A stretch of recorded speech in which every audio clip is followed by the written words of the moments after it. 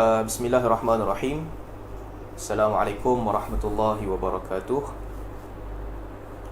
Innal hamdalillah nahmaduhu wa nasta'inuhu wa nastahdihi wa nastaghfiruhu wa natubu ilaih wa na'udzu billahi min shururi anfusina wa sayyiati a'malina.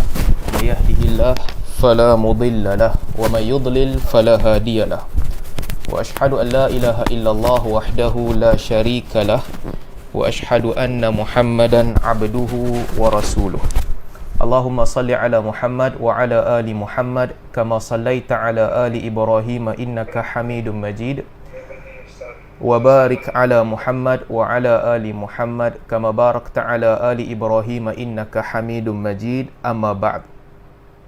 Alhamdulillah, dengan izin dan juga limpah kurnia Allah Subhanahu wa taala, kita sekali lagi diberikan kesempatan oleh Allah Subhanahu wa taala untuk berhimpun pada sesi kuliah kali ini sebagai sambungan daripada siri yang lepas, yang mana siri lepas kita telah berbincang tentang bomoh dan juga sihir. Jadi insya-Allah hari ini kita akan sambung lagi.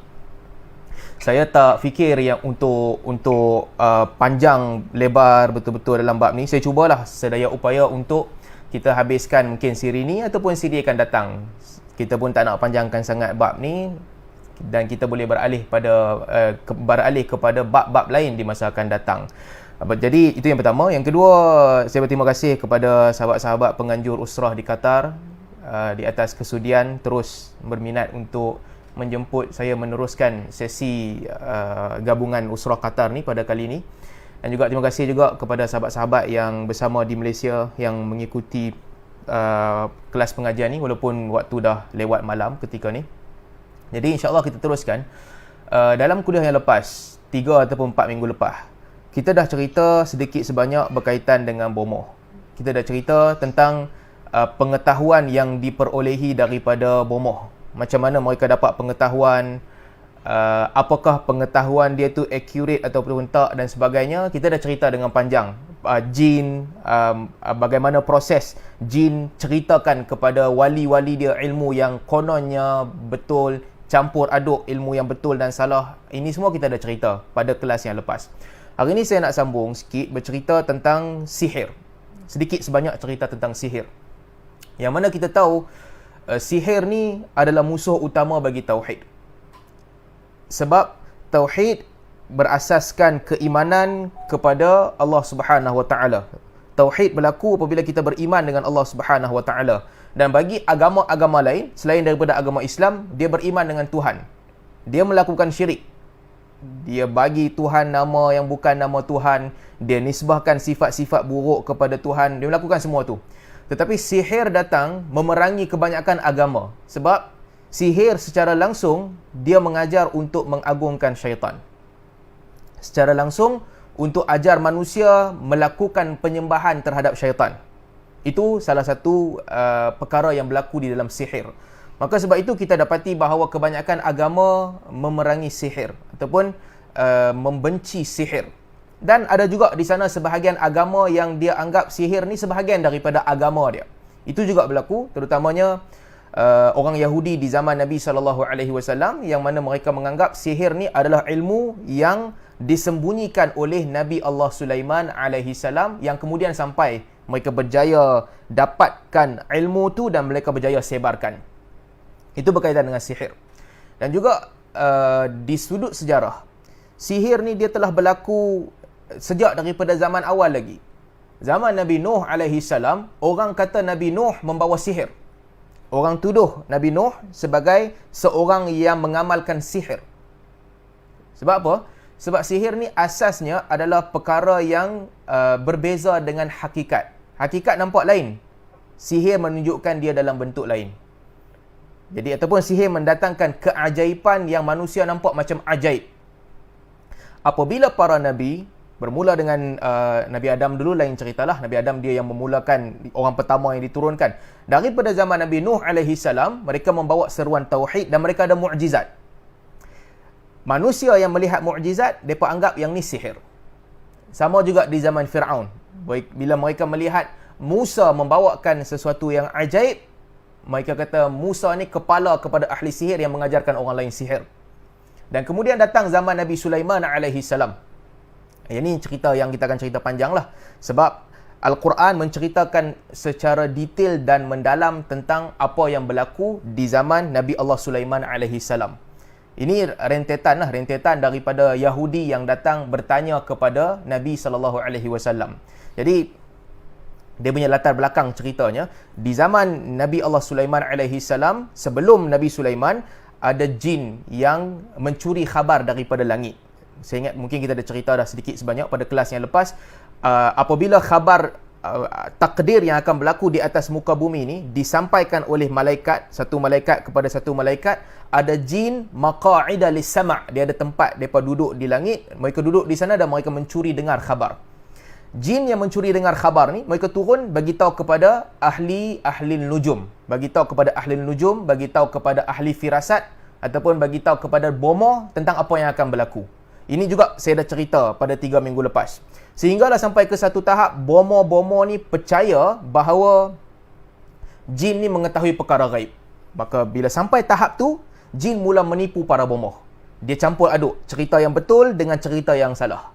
Kalau tuan-tuan masih ingat, kita cerita tentang seorang lelaki di zaman Nabi sallallahu alaihi wasallam yang namanya Ibnu Sayyad. Dia pun duk main cerita benda gaib juga. Jadi bomoh akan campur aduk benda yang betul dengan benda yang tak betul, pergi cerita ke orang. Lalu Nabi Allah Sulaiman alaihi salam pun turun pada ketika itu. Nabi Allah Sulaiman alaihi salam turun, Allah memerintahkan Nabi Sulaiman untuk memerangi bomoh-bomoh, untuk menghancurkan mereka. Lalu Nabi Sulaiman telah menghancurkan mereka, memerangi mereka, menghancurkan sihir-sihir dan semua ilmu yang salah ni, ilmu sihir, ilmu yang disimpan oleh jin dan sebagainya.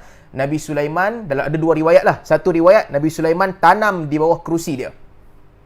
Dalam riwayat lain, syaitan yang letak di bawah kerusi dia. Di bawah kerusi Nabi Sulaiman ditanamkan semua ilmu-ilmu yang sesat dan syirik ni. Sesat ditanam di situ. Sehinggalah Nabi Allah Sulaiman alaihi salam meninggal dunia, wafat. Kita dah cerita dalam kelas yang lepas, kalau tuan-tuan masih ingat, ketika Nabi Sulaiman wafat, ma dallahum ala mautihi, tidak ada yang menunjukkan kepada jin yang Nabi Allah Sulaiman telah wafat, melainkan dabatul ard, melainkan ulat-ulat yang makan tongkat dia, patah tongkat dia dan dia jatuh, barulah jin tahu yang sesungguhnya Sulaiman telah mati. Mereka pun berhenti buat kerja berat. Lama zaman berlalu, akhirnya satu jin dia menyamar jadi orang. Dia datang, dia beritahu kepada orang Yahudi, sesungguhnya kalau hangpa nak tahu apakah ilmu yang menyebabkan Sulaiman boleh menguruskan alam ini dengan cara yang sangat hebat, yang mana tidak ada orang sebelum Sulaiman mampu menguruskan alam ini seperti Sulaiman. Kalau kamu nak tahu, ilmu tu tertanam di bawah kerusi Sulaiman. Cari di bawah kerusi Sulaiman, galilah dia, kamu akan jumpa ilmu tu. So, apa yang berlaku? Setelah maklumat ni disampaikan kepada orang ramai, mereka pun mula rasa tertarik nak tahu dan nak dapat maklumat yang sama seperti yang diperolehi oleh Nabi Sulaiman. Nak ilmu yang sama, boleh kontrol makhluk, boleh kawal pergerakan angin, boleh suruh jin buat apa kerja jin nak buat. Mereka pun gali bawah kerusi Sulaiman, korek sampailah ke bawah ada satu lubang. Jin ni arahkan mereka masuk dan ambil lah. Mereka takut nak korek, walaupun lepas Sulaiman telah pun wafat. Jin ni kata, aku akan tunggu di sini. Kalau aku cakap ni tak betul, kalau aku tipu, kamu cari dalam lubang tu, tak ada apa-apa, kamu boleh bunuh aku. Aku duduk di sini. Ini sebagaimana diceritakan oleh Imam At-Tabari rahimahullah. Mereka pun kata betul, jin tu pun kata betul. Kamu cari dalam lubang ni, kamu mesti akan jumpa sesuatu ilmu, kitab yang ada ilmu di dalamnya. Maka mereka pun okey, setuju. Akhirnya orang pun gali dan masuk dalam lubang di bawah kerusi Nabi Sulaiman. Mereka pun mengeluarkan kitab. Mereka dapat satu kitab. Dan kitab inilah terkandung ibu-ibu ilmu sihir. Sihir yang jin turunkan kepada manusia, yang syaitan ajar manusia cara untuk buat perkara jahat, terkandung di dalam kitab ini. Asalnya kitab ni mai dari mana? Kitab ini datang daripada ilmu-ilmu yang telah dihapuskan oleh Nabi Allah Sulaiman alaihi salam. Ada 2 riwayat. Satu riwayat, Nabi Sulaiman setelah dia hapuskan ahli sihir, telah bunuh mereka, Nabi Sulaiman tanam ilmu ni di bawah tanah. Riwayat yang kedua, jin yang tanam di bawah tanah bubuh nama Nabi Sulaiman. Ni takat ni dulu. Kemudian apabila mereka jumpa buku itu, orang Yahudi pun satu generasi ke satu generasi sampai ke anak-anak mereka kata, yang kami ikut ilmu sihir ini adalah ilmu yang telah ditinggalkan oleh Sulaiman alaihi salam. Yang tu tersebar di kalangan Yahudi. Yang kami ikut ini ilmu yang ditinggalkan oleh Sulaiman alaihi salam. Bukan dekat Yahudi, orang Islam pun ada yang pegang ilmu ni, yang kata ilmu ni Sulaiman yang ajak. Sampai zaman sekarang, saya pergi ke Oman, ada 2-3 orang yang saya jumpa, mereka percaya macam itulah. Ilmu ni ilmu tersembunyi daripada zaman Nabi Sulaiman. Asal kepercayaan ni adalah kepercayaan Yahudi. Yang mana Yahudi percaya bahawa ilmu ni adalah ilmu yang disembunyikan oleh Sulaiman. Inilah rahsia Sulaiman mengaturkan alam ini. Menguruskan perjalanan angin, mengarahkan angin, pi ke barat, angin pi ke barat, pi ke timur, angin pi ke timur, mengikat dan mengunci semua syaitan-syaitan untuk bekerja dengan Nabi Sulaiman. Mereka percaya bahawa inilah rahsia kehebatan Nabi Sulaiman, iaitu sihir. Lalu sampailah ke zaman Nabi SAW, cerita lama yang tersebar daripada zaman Nabi Sulaiman. Orang Yahudi pun datang, pendeta Yahudi tahu, tapi orang-orang bodoh di kalangan Yahudi ni, kebanyakan dia percaya itu ilmu Sulaiman. Di zaman Nabi SAW, Allah Subhanahu Wa Taala telah membersihkan nama Sulaiman alaihi salam dengan wahyu yang diturunkan kepada Muhammad SAW. Itu yang kita baca dalam surah Al-Baqarah. Ayat yang orang selalu baca ketika ruqyah. Allah sebut, wattaba'u ma tatlu syayatinu ala mulki Sulaiman wama kafara Sulaiman walakinna syayatina kafaru yu'allimuna an-nasa as-sihra. Dan mereka mengikut apa yang disampaikan, diajarkan oleh syaitan pada kerajaan Sulaiman. Apa yang telah ditanamkan dan disampaikan oleh syaitan pada kerajaan Sulaiman. Syaitan selit bubuh nama Sulaiman. Wa ma kafara Sulaiman. Allah Subhanahu Wa Taala kata sebenarnya Sulaiman tidaklah kafir. Ayat ni menjadi dalil pada sebahagian besar ulama bahawa mengamalkan sihir kafir. Setelah Allah kata yang depa ikut ni amalan jin pada zaman Sulaiman, Allah Subhanahu Wa Taala sebut wa ma kafara Sulaiman, sesungguhnya Sulaiman tidak kafir. Walakinna syayatina kafaru yu'allimuna an-nasa as-sihra. Tetapi sebenarnya syaitan-syaitan yang kufur inilah yang telah mengajarkan kepada manusia sihir. Jadi sihir yang mereka belajar ni bukan ilmu Sulaiman. Yang mereka belajar ini adalah ilmu yang diajarkan oleh syaitan. Ini benda first yang kita kena tahu. Bahawa Nabi-Nabi Allah alaihi wassalatu wassalam, mereka tidak mengajarkan sihir. Sihir bukan ilmu yang ditinggalkan oleh Nabi Allah Sulaiman. Apa yang berlaku kepada Sulaiman, yang berlaku kepada Musa, yang berlaku kepada Isa, keajaiban-keajaiban itu adalah mukjizat, bukannya sihir yang boleh dipelajari. Mukjizat kekal pada para nabi. Karamah kekal pada pemilik karamah yang dipilih oleh Allah Subhanahu Wa Taala. Ini semua ilmu tak boleh belajar. Tuan-tuan kena ingat ni, orang kata belajar ilmu ni boleh dapat kelebihan tertentu. Boleh dibukakan hijab. Contoh dia, ada orang kata boleh kawal binatang-binatang di lautan dan sebagainya. Kebanyakan ini semua termasuk di dalam karamah. Karamah Allah Subhanahu Wa Taala bagi kepada siapa Allah nak bagi. Karamah benda tak boleh belajar.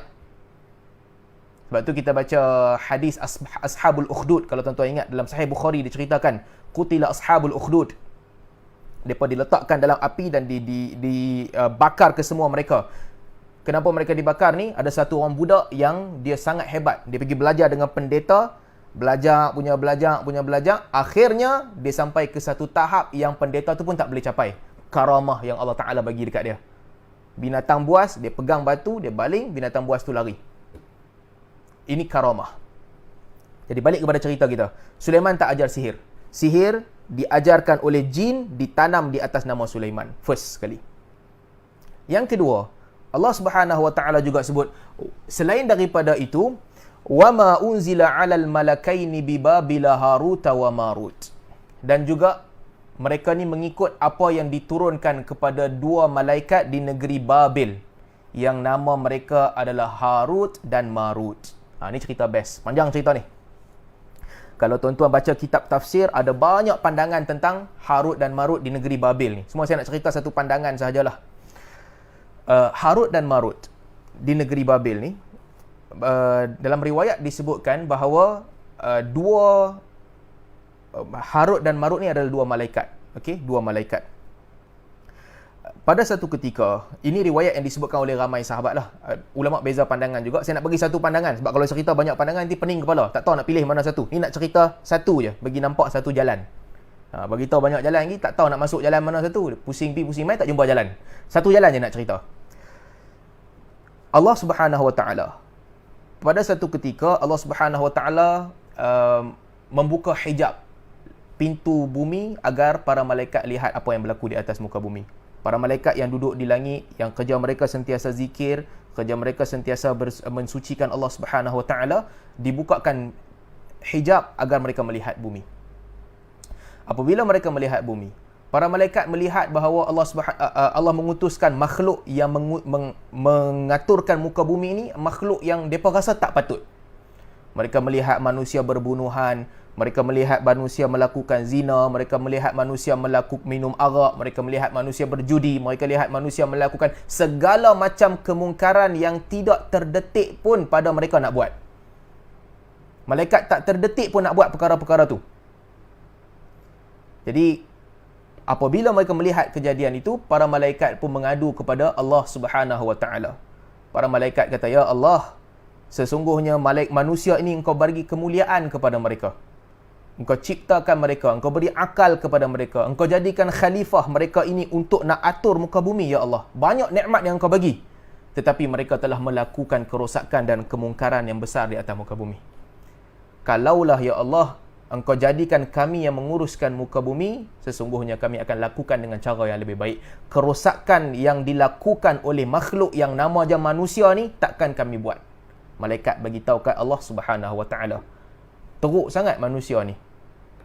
Allah memberikan mereka segala kelebihan, bagi mereka jadi khalifah, mereka bagi lingkup muka bumi ni. Kalau kelebihan tu Allah bagi kat kami, sesungguhnya kami akan jaga bumi ni dengan cara yang baik, aturkan dengan cara yang elok. Lalu Allah Subhanahu Wa Ta'ala bagi tahu kepada malaikat, "Aku bagi kepada mereka nafsu, syahwat. Dengan syahwat itulah apa yang berlaku, kamu lihat segala benda yang dilakukan oleh manusia." Para malaikat kata, "Ya Allah, meskipun dengan syahwat, kalaulah Engkau beri kepada kami syahwat yang sama macam Engkau kurniakan kepada manusia ni, sama macam mereka dapat, bagi dekat kami juga. Kami akan turun, kami takkan buat kerosakan yang macam manusia buat. Buruk sangat kelakuan manusia di atas muka bumi ni. Melampau sangat. Kalau kami ada syahwat pun, Ya Allah, kami tak buat dah begitu." Lalu Allah Subhanahu Wa Ta'ala pun minta kepada para malaikat, "Baiklah, kalau begitu kamu boleh pilih dua malaikat yang paling kuat ibadat, yang paling hebat, yang paling lah. Kalau kata ada di antara kamu nak buat kesalahan, dua ni takkan buat kesalahan. Cari dua. Buat dua malaikat yang paling bagus di antara kamu. Ibadatnya, amalnya, akhlaknya, budi pekertinya, tawaduknya, sikap-sikap mulia berkumpul pada dua malaikat." Lalu mereka pun bincang sama mereka pun buat keputusan, "Ya Allah, wakil kami adalah Harut dan Marut." Malaikat nak tunjuk ni, nak kata, kami kalau turun ke dunia, kami tak buat kerosakan macam manusia buat. Lalu mereka pun mewakilkan kepada Harut dan Marut. Dua orang malaikat. Harut, Marut, Allah Subhanahu Wa Ta'ala beri kepada kedua-dua mereka ni nafsu, syahwat, sebagaimana diberikan kepada manusia. Lalu diturunkan mereka berdua ke muka bumi. Harut wa Marut. Mereka dua turun di atas muka bumi. Apabila mereka turun, dengan ilmu, dengan iman, dengan kehebatan mereka, tapi dilemparkan dalam jiwa mereka syahwat. Baik. Syahwat ni, ni cerita pasal syahwat sikit. Selingan, sebelum kita patah balik dekat tajuk kita. Apa yang membuatkan ramai manusia tewas? Ramai manusia yang dia punya naluri semula jadi, dia boleh tahan kalau dia tak main judi. Ini cerita kebanyakan manusia. Dia boleh tahan. Dia boleh tahan kalau dia tak minum arak. Sebab minum arak ni dia kena try dulu kan. Kalau tak try, kita yang tak pernah try minum arak, kita rasa macam buat apa nak minum arak. Tak suka pun, tak sedap. Kita yang tak main judi, kita tak rasa ada keperluan nak main judi. Orang yang dah pernah, syahwat tu mainlah dekat dia kan. Tapi ada satu ujian yang tak perlu try, manusia akan tewas. Satu ujian yang tak perlu cuba pun, manusia secara semula jadi, dia pasti akan tewas di dalam ujian ni. Orang yang normal person, iaitu perempuan. Hang hebat macam mana pun, hang tak ada pengalaman langsung pun, dengan perempuan, lelaki sejati akan tewas. Saya bukan nak kata lelaki yang tak tewas dengan perempuan ni, dia tak tewas ni maksud dia akan terpedaya. Dia akan rasa tertarik, dia akan rasa seronok dengan perempuan. Ini lelaki, tabiat lelaki. Allah Subhanahu Wa Taala mengutuskan kepada Harut dan Marut, nah, hampa ambil satu perempuan, aku nak test hampa dengan perempuan ni. Mai satu perempuan kepada Harut dan Marut. Satu perempuan yang sangat cantik. Sangat cantik. Ada banyak riwayat lah cerita tentang perempuan ni. Ada riwayat yang cerita perempuan ni dia nak bercerai dengan suami dia, dia datang minta fatwa Harut Marut. Ada cerita yang perempuan ni sekadar datang, Harut Marut tengok dan tertarik dengan dia. Sebelum kita nak sambung cerita ni saya nak abang ni. Nama kata lelaki, kebanyakan lelaki, ini fitnah yang paling besar untuk lelaki. Dia tertarik dengan perempuan. Bahkan apabila Allah Subhanahu Wa Taala turunkan Harut dan Marut, mereka tak tewas dengan minum arak. Mereka tewas dengan godaan perempuan ni.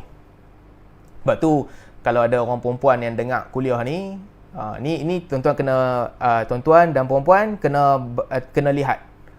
Kalau lelaki ni dia ada nafsu dekat perempuan, itu lelaki biasa. Dia ada nafsu kat perempuan, ini perangai lelaki biasa. Dia terkesan dengan kecantikan, kebijaksanaan perempuan, ni lelaki biasa. Tapi kalau mai lelaki yang dia tak terkesan pun dengan kecantikan perempuan, dia tak rasa apa-apa pun, yang ni ada tanda soal sikit dekat dia.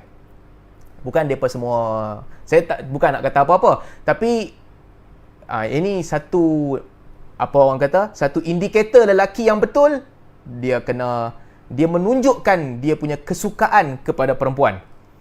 Jadi kalau orang mai minang anak tuan-tuan ke apa ke, kena cek tengok, tanya tengok kawan-kawan lelaki ni. Lelaki ni nampak dia macam mana? Dia berkenan kat perempuan ke, nampak tak? Kalau kawan-kawan dia kata, dia ni samalah macam kami.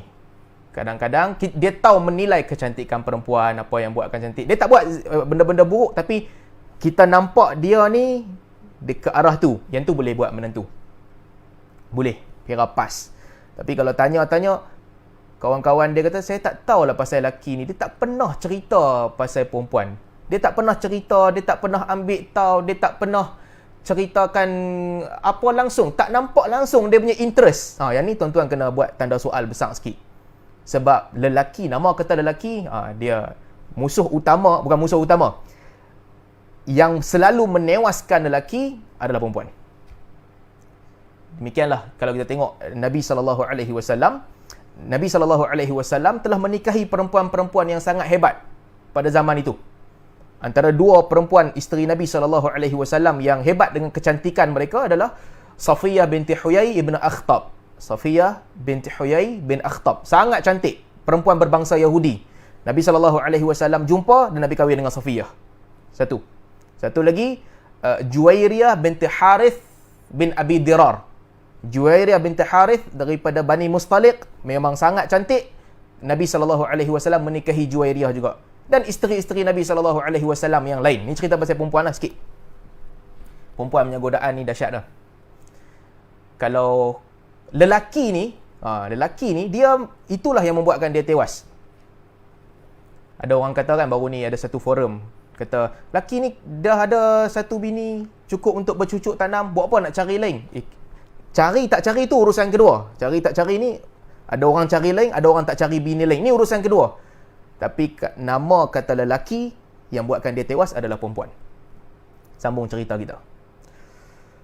Harut dan Marut didatangi oleh satu orang perempuan yang sangat cantik.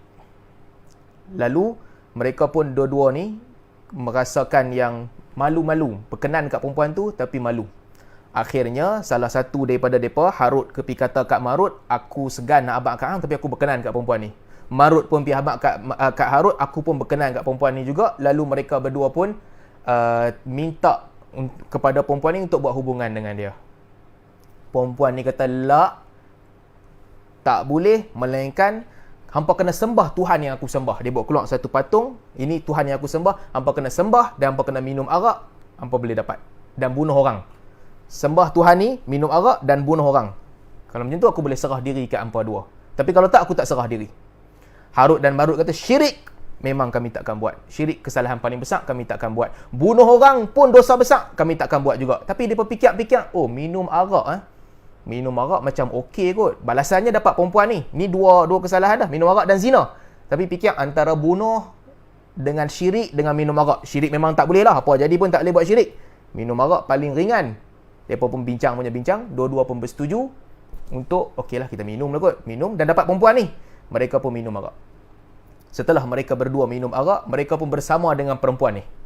Dan bila bersama dengan perempuan ni, ketika bersama dengan perempuan ni ada orang lalu. Harut dan Marut bila turun ke atas muka bumi dikenali sebagai warak dan sangat alim. Sangat hebat ibadat mereka. Ada orang nampak mereka bersama dengan perempuan ni. Kerana takut diketahui orang, Harut dan Marut pun bunuh perempuan lelaki yang nampak mereka ni. Jadi terkumpullah kepada dia 3 kesalahan. Mereka minum arak, mereka berzina dan mereka bunuh perempuan. Mereka bunuh orang. 3 kesalahan berhimpun. Asal kepala dia apa? Kepala dia sebab perempuan lah. Terpedaya dengan perempuan, mereka buat 3 kesalahan ni. Lalu Allah Subhanahu Wa Taala menghukum mereka berdua. Dalam riwayat diceritakan Allah Subhanahu Wa Taala hantar seorang hamba Allah yang saleh makhluk atas muka bumi. Mereka pun minta hamba Allah ni berdoa kepada Allah supaya ampunkan mereka. Allah Subhanahu Wa Taala bagi Harut dan Marut buat pilihan, nak uqubah hukuman di dunia ataupun hukuman di akhirat. Mereka berdua pun kata, kami melihat hukuman di akhirat dia sangat pedih dan kami tak mampu tanggung hukuman di akhirat. Biarlah kamu dihukum di dunia. Maka Allah Subhanahu Wa Taala menghantar mereka, mengikat mereka di Babil. Lalu mereka pun diikat di Babil dan mereka mengajarkan orang sihir. Ni cerita dia. Mereka ajar sihir, mereka bagi tahu ke orang, janganlah kufur, ilmu yang kami ajar ni sesat. Dalam riwayat disebutkan, duduk di Babil, orang datang, mereka ajar. Kami boleh ajar ilmu, tapi ilmu yang kami ajar ni ilmu kufur, jangan ikut. Itu cerita Harut dan Marut. Maka Allah Subhanahu Wa Taala turunkan, satu, ahli sihir bukan ikut Sulaiman. Ni satu. Yang kedua, ahli sihir ikut syaitan. Yang ketiga, Allah Subhanahu Wa Taala sebut, wa ma unzila 'alal malakaini bi Babila Harut wa Marut. Dan juga ahli sihir ikut apa lagi? Ikut apa yang Allah turunkan kepada 2 malaikat di negeri Babil, Harut dan juga Marut. Macam cerita tadi, mereka diikat di Harut di Babil. Wa ma yu'allimani min ahadin hatta yaqula innama nahnu fitnatun fala takfur. Dan tidak ada orang yang datang menuntut dengan mereka, yang mereka ajar orang, melainkan mereka akan katakan kepada orang itu, innama nahnu fitnatun, kami ni adalah ujian, maka janganlah kamu menjadi kufur. Kami ni merupakan ujian, kamu jangan jadi kufur. Harut dan Marut akan ceritakan dekat orang. Baik, ini satu cerita saya nak tambah sikit. Adakah orang pernah jumpa dengan Harut dan Marut pergi menuntut ilmu sihir ni? Ada ke tak? Wallahu a'lam. Ada riwayat yang diceritakan oleh At-Tabari juga. Riwayat ni berlaku di zaman Nabi sallallahu alaihi wasallam, setelah kewafatan Nabi sallallahu alaihi wasallam. Satu orang perempuan, dia datang, Aisyah radhiyallahu anha menceritakan yang ada satu orang perempuan yang setelah Nabi wafat, dia datang ke Madinah, dia menangis. Dia datang daripada Daumatul Jandal.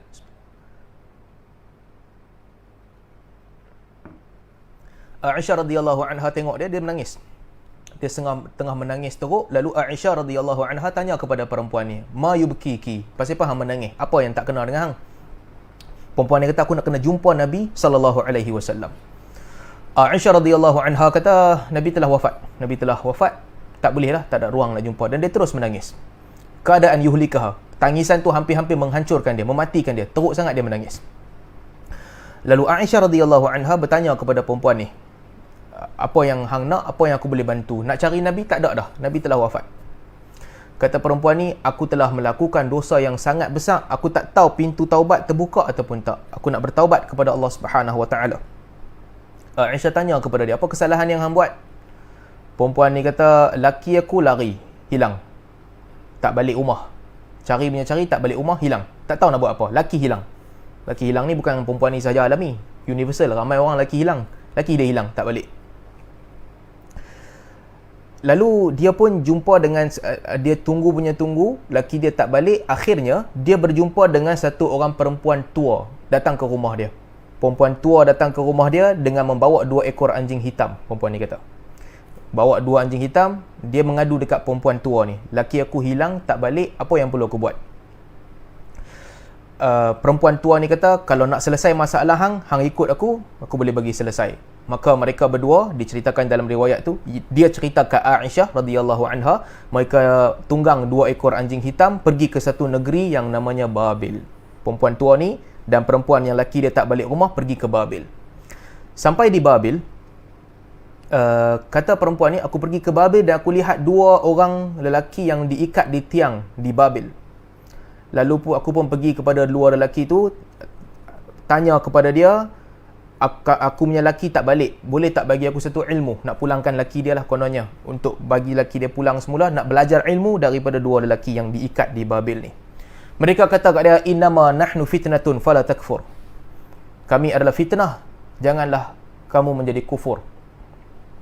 Perempuan tu kata, aku nak belajar juga ilmu daripada kamu berdua.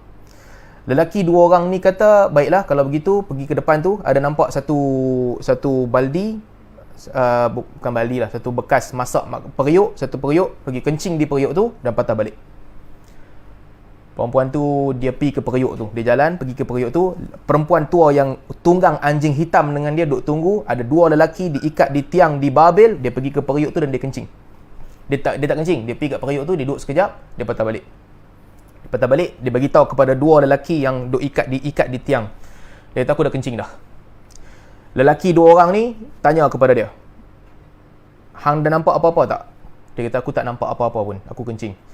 Lelaki 2 orang ni bagi tahu kat dia, kadzabta, hang tipu. Innama nahnu fitnatun fala takfur. Kami ni adalah fitnah, hang jangan kufur, hang pergi balik. Perempuan tu tetap juga kata, aku nak belajar juga ilmu daripada hampa 2. Aku takkan balik selagi aku tak menuntut ilmu ni. 2 orang ni kata, baiklah kalau begitu, pergi kencing betul-betul, patah balik. Dia pun pergi ke bekas periuk tu, dia buat duduk macam orang nak kencing, kemudian dia patah balik kepada 2 malaikat. 2 ni lah 2 yang diikat di tiang. Bagi tahu kepada mereka, aku dah kencing. 2 ni tanya kepada dia, hang ada nampak apa-apa? Dia kata, aku tak nampak apa-apa pun, tapi aku dah kencing dah. Dua lelaki ni kata dekat dia, hang tipu. Hang tipu, lebih baik hang pergi balik. Dia tetap tak nak balik juga. Dia datang nak menuntut, tetap nak menuntut. Maka 2 lelaki ni pesan kat dia, innama nahnu fitnatun fala takfur. Kami ni adalah ujian, hang jangan kufur. Kalau hang ikut, hang akan jadi kufur. Perempuan tu kata, aku nak ikut juga. Baik, kalau nak ikut, pergi ke periuk tu, kencing dan datang balik. Dia pun pergi kali ketiga dan dia kencing di situ. Apabila dia kencing, dalam riwayat disebutkan, dia nampak faris, satu kuda yang kuda itu dipakaikan dengan baju besi. Kuda tu terbang meninggalkan dia, keluar daripada dia dan terbang naik ke langit. Lalu dia balik datang kepada 2 lelaki yang diikat di tiang. Dia bertanya dekat dia, ada nampak apa-apa? Dia kata, aku nampak faris, satu kuda yang keluar daripada aku, terbang naik ke langit dan aku mai jumpa hampa sekarang ni. Lelaki 2 orang ni kata kat dia, itulah iman, engkau telah keluar daripada kamu dan iman tu naik ke langit. Hang punya iman telah hilang daripada jiwa hang. Hang pergi balik. Ilmu yang hang nak, hang dapat, hang pergi balik. Tapi iman telah keluar daripada jiwa hang dan hilang. Dia balik dan dia balik sampai rumah tak ada apa. Lelaki dia tak balik juga. Dia tanya dekat perempuan tua ni, sebelum perempuan tua ni hilang, apa yang aku dapat? Perempuan tua ni kata, hang akan dapat satu perkara. Perempuan tua ni pun hilang. Lalu dia pun ambil tepung. Dia sebut kat tepung tu uli. Tepung uli sendiri. Dia sebut dekat tepung tu pecah-pecah jadi bonggolan roti. Pecah jadi bonggolan. Dia sebut kat tepung tu canai. Tepung tu pun canai sendiri. Dan dia sebut kat tepung tu jadi roti. Tepung tu jadi roti. Jadi ini cerita disebutkan oleh Tabari. Wallahu ta'ala a'lam. Cerita ni mungkin cerita yang daif. Cuma nak cerita bahawa Imam Tabari bawa cerita ni nak menunjukkan bahawa sihir ni demikianlah berlakunya. Orang tu dia diberikan khayalan macam sesuatu berlaku di depan dia tapi tak ada apa pun. Jadi ini satu cerita lah. Satu cerita tentang sihir yang mana cerita ni menunjukkan perempuan ni berjumpa dengan Harut dan juga Marut. Sambung sikit ayat ni, banyak cerita lagi ni. wama yu'allimani min ahadin hatta yaqula innama nahnu fitnatun fala takfur fayata'allamuna minhuma ma yufarriquna bihi bainal mar'i wa zawjihi. Mereka belajar daripada dua orang lelaki, Harut dan Marut ni, tentang ilmu untuk memisahkan lelaki dan isterinya. Ini salah satu sihir yang paling besar. Sihir memisahkan seseorang dengan dia punya isteri. Ada juga yang berbeza dengan tu, sihir mahabbah, sihir yang digunakan untuk menjadikan orang cinta kepada orang lain. Orang Melayu panggil nasi kangkang kan. Orang Melayu punya style lah. Perempuan dia buat nasi kangkang ke apa, lelaki tu terpikat dengan dia, tak tengok perempuan lain dah. Yang ni, tapi yang Quran sebut ni beza sikit. Yufarriquna bihi bainal mar'i wa zawjihi. Sihir yang membuatkan seseorang benci kepada pasangan dia. Ada orang buat juga kan, dulu-dulu kalau tuan-tuan perasan, ada cerita zaman dululah tersebar. Anak dia kalau betul-betul cinta kat seorang, mak bapak dia nak bagi dia berpisah dengan orang ni, pergi jumpa bomoh. Jumpa bomoh, tanya macam mana nak bagi anak dia berpisah dengan, bagi anak dia jadi benci dekat lelaki ni. Sebab anak dia suka sangat kat lelaki ni. Bomoh pun buatlah apa-apa upacara, baca ke apa sikit, bagi ayat ke apa sikit, dia pun minum apa, dia benci terus kat lelaki tu. Tuan-tuan, siapa yang pernah buat ni, taubat. Bukan tahu buat, taubat. Siapa yang pernah buat ni, taubat. Sebab ini adalah description yang textbook description tentang sihir. Jangan tertipu. Dia tu mengaji ke, Pak Haji tu dia buat apa, benda apa, tak kisahlah, nampak dekat Quran sikit ke apa ke. Yang ni betul-betul description tentang sihir. Yufarriquna bihi bainal mar'i wa zawjihi. Untuk menjadikan benci. Quran sebut seorang dan isteri dia lah. Tapi ini sihir benci yang memang salah satu sihir yang paling masyhur buatkan orang benci. Minum ayak ke apa, dia jadi benci terus, tak suka. Sihir ni telah digunakan zaman berzaman untuk memisahkan seseorang daripada pasangan dia. Jadi, kemudian wama hum, ni penting ni. Wama hum bidarina bihi min ahadin illa biiznillah. Dan mereka tak boleh mendatangkan mudarat kepada seorang pun melainkan dengan izin Allah, dengan kebenaran Allah Subhanahu wa taala. Ini nak menunjukkan dekat kita, walaupun sihir ni, tak kira orang tanya pula, kalau sihir sebegitu hebat, habis lah kita. Semua orang boleh kena sihir? Tak. Bukan semua orang boleh kena sihir. Nanti kita akan cerita lagi macam mana nak elakkan kena sihir. Macam mana nak bagi sihir tak sampai kat kita. Tapi Al-Quran dah bagi hint dia awal-awal. وَمَا هُمْ بِضَارِّينَ بِهِ مِنْ أَحَدٍ إِلَّا بِإِذْنِ اللَّهِ. Dan dia tak boleh mendatangkan mudarat melainkan dengan izin Allah. Tak ada ahli sihir yang boleh bagi sihir kat semua orang. Tak boleh. Kadang-kadang kena, kadang-kadang tak kena. Ada sihir dia sampai kepada sebahagian orang, ada sihir dia tak sampai kepada sebahagian orang. Kalau dia sihir satu tempat, akan ada masa sihir tu pecah dan hancur. Ini beza sihir dan juga mukjizat. Mukjizat tak pecah, tak hancur, bertahan, tapi sihir dia akan pecah. So sihir tak boleh bagi mudarat kat semua orang. Dia boleh bagi sikit je. Kadang-kadang kena, kadang-kadang tak kena. Siapa yang kena, siapa yang tak kena, itu takdir Allah Subhanahu wa taala. Wa ma hum bidarrina bihi min ahadin illa biiznillah. Tidaklah mereka menimbulkan mudarat melainkan dengan izin Allah. Wa yata'allamuna ma yadurruhum wa la yanfa'uhum. Mereka mempelajari perkara yang memudaratkan mereka dan tidak memberi manfaat kepada mereka. Ini cerita satu lagi pasal sihir. Sebenarnya, apa sahaja kehebatan, apa sahaja kebesaran yang nampak tentang sihir, itu semata-mata memudaratkan ahli sihir dan orang yang ambil sihir. Tak bagi manfaat. Jangan tertipu. Jangan tertipu, kadang-kadang nampak sihir ni tak ada cara lain dah nak mencapai maksud melainkan dengan sihir. Kalau buat juga, apa yang kita buat tu sebenarnya memudaratkan. Wa yata'allamuna ma yadurruhum wa la yanfa'uhum wa laqad 'alimu liman ishtarahu ma lahu fil akhirati min khalaq. Dan mereka mengetahui bahawa perbuatan yang mereka buat itu tak ada sikit pun kebaikan di akhirat, tak ada bahagian di akhirat. Wala bi sama syarau bihi anfusahum law kanu ya'malun. Kalau mereka mengetahui sesungguhnya mereka telah mencapai sesuatu yang sangat buruk. So ini tentang sihir. Kalau balik cerita Harut Marut tadi, setelah Harut dan Marut diikat, maka sejak daripada itu para malaikat pun tahu bahawa kalau kena nafsu, sampai nafsu kepada orang, sesungguhnya manusia akan tewas dengan nafsu. Sebab tu dalam surah Al-Ghafir Allah Subhanahu wa taala sebut alladzina yahmiluna al-'arsya wa man hawlahu yusabbihuna bihamdi rabbihim wa yu'minuna bihi. Orang para makhluk yang menanggung arash ni, mengangkat arash, mereka bertasbih memuji Tuhan mereka dan beriman kepada Tuhan mereka. Wa yastaghfiruna lilladzina amanu, dan mereka minta ampun bagi orang beriman. Rabbana wasi'ta kulla syai'in rahmatan wa ilma. Tuhan kami, sesungguhnya engkau telah meluaskan setiap perkara dengan rahmat dan dengan ilmumu. Faghfir lilladzina tabu wattaba'u sabilaka waqihim 'adzabal jahim. Ampunkanlah orang yang bertaubat dan mengikut jalanmu, dan selamatkanlah mereka daripada azab yang pedih. Dalam riwayat diceritakan, setelah malaikat ramai-ramai tengok apa yang telah menimpa Harut dan juga Marut, maka mereka pun sedar bahawa kalau kena ditimpakan dengan nafsu, manusia siapa-siapa pun ada kemungkinan untuk tewas. Sejak daripada itu mereka pun mengucapkan faghfir lilladzina tabu wattaba'u sabilaka waqihim 'adzabal jahim. Mereka pun sentiasa mengucapkan, malaikat yang hebat-hebat ni, yang menjunjung arash, yang hebat-hebat, mereka sentiasa mengucapkan, ampunkanlah orang-orang yang bertaubat dan mengikut jalanmu, dan selamatkanlah mereka daripada azab yang pedih. Ini jasa Harut dan Marut lah.